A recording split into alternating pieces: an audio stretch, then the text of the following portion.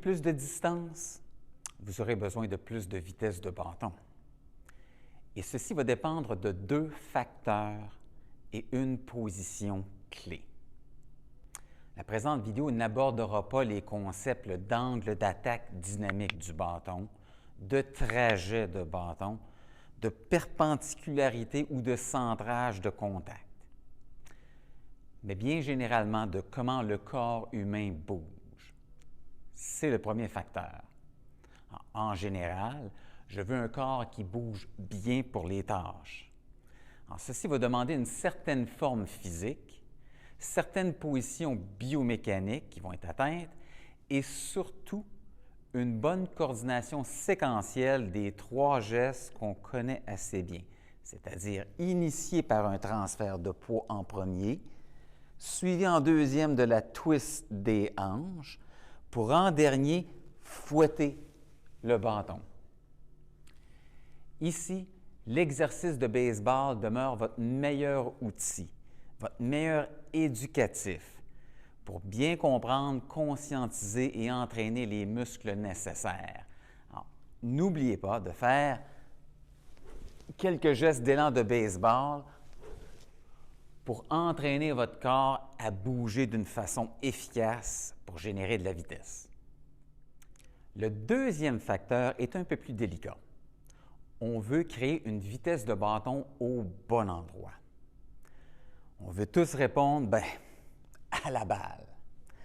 Si je veux frapper loin, il va falloir que je frappe la balle fort. Et la balle devient l'objectif ultime. Et de ce fait, inévitablement, vous allez précipiter la descente.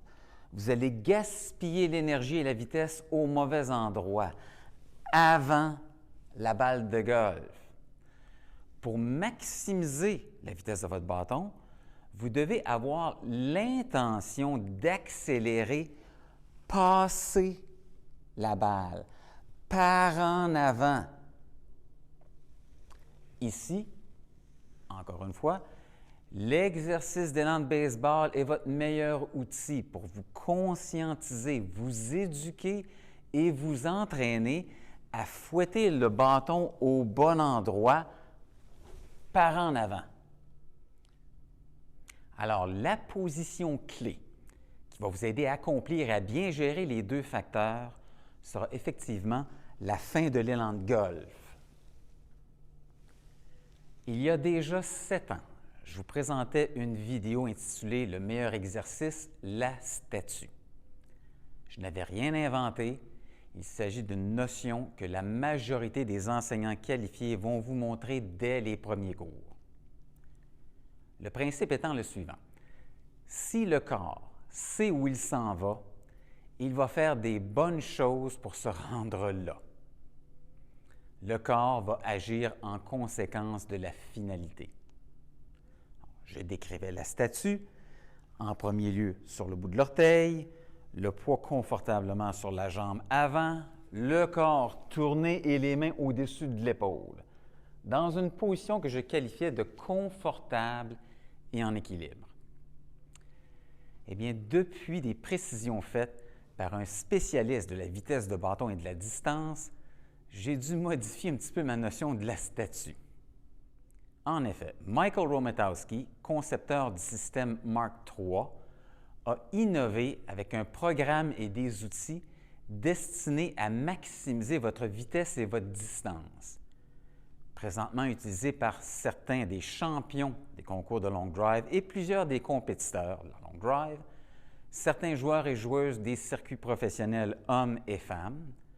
Ces outils et programmes sont utilisés dans les programmes universitaires de golf et même des équipes de baseball s'en servent. Alors, son programme et ses outils se basent sur 2 principes spécifiques. Le premier étant qu'on veut créer notre vitesse maximum, avoir l'intention d'accélérer par en avant. Et le deuxième principe, la fin de l'élan doit être la position la plus forte de votre élan.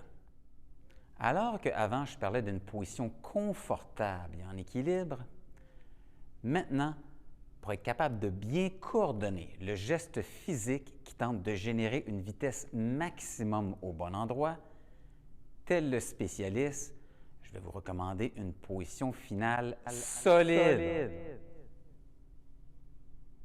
et en équilibre. Voici comment je vous propose de vous conscientiser musculairement à cette destination finale qui est solide et en équilibre. Placez-vous de la façon suivante et appliquez une pression, une tension juste dans vos poings.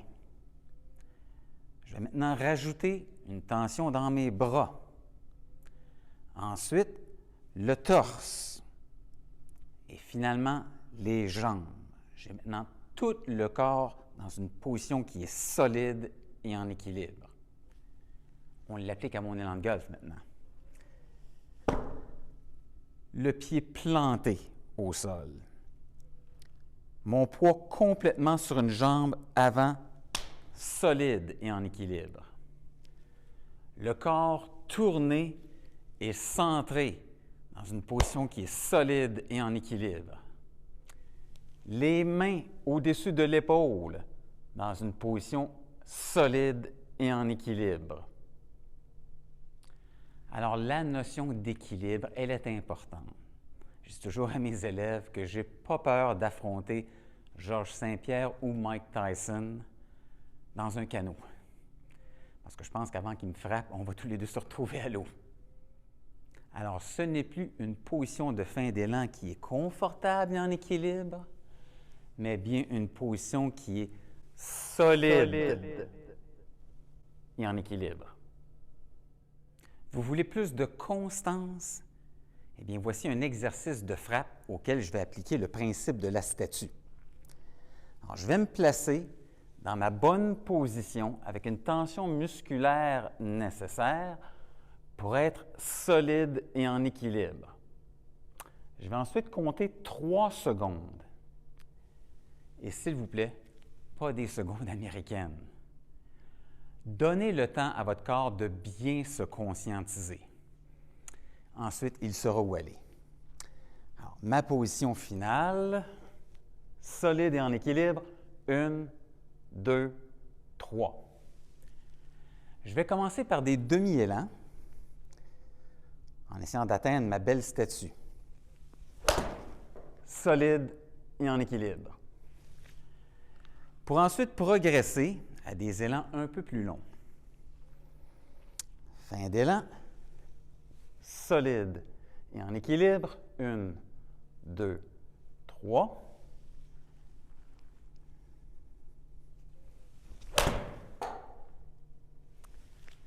Pour ensuite y aller au fond. Avec coordination, conviction, accélération, jusqu'à ma belle statue de béton, solide et en équilibre. Regardez la fin d'élan de Rory McIlroy, solide et en équilibre.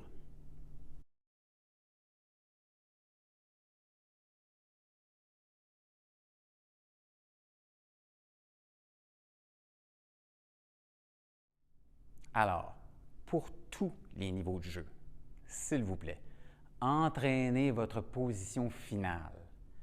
Entraînez votre statut solide et en équilibre. Car pour plus de distance, pour plus de constance, la destination va gérer vos actions. Bon golf tout le monde.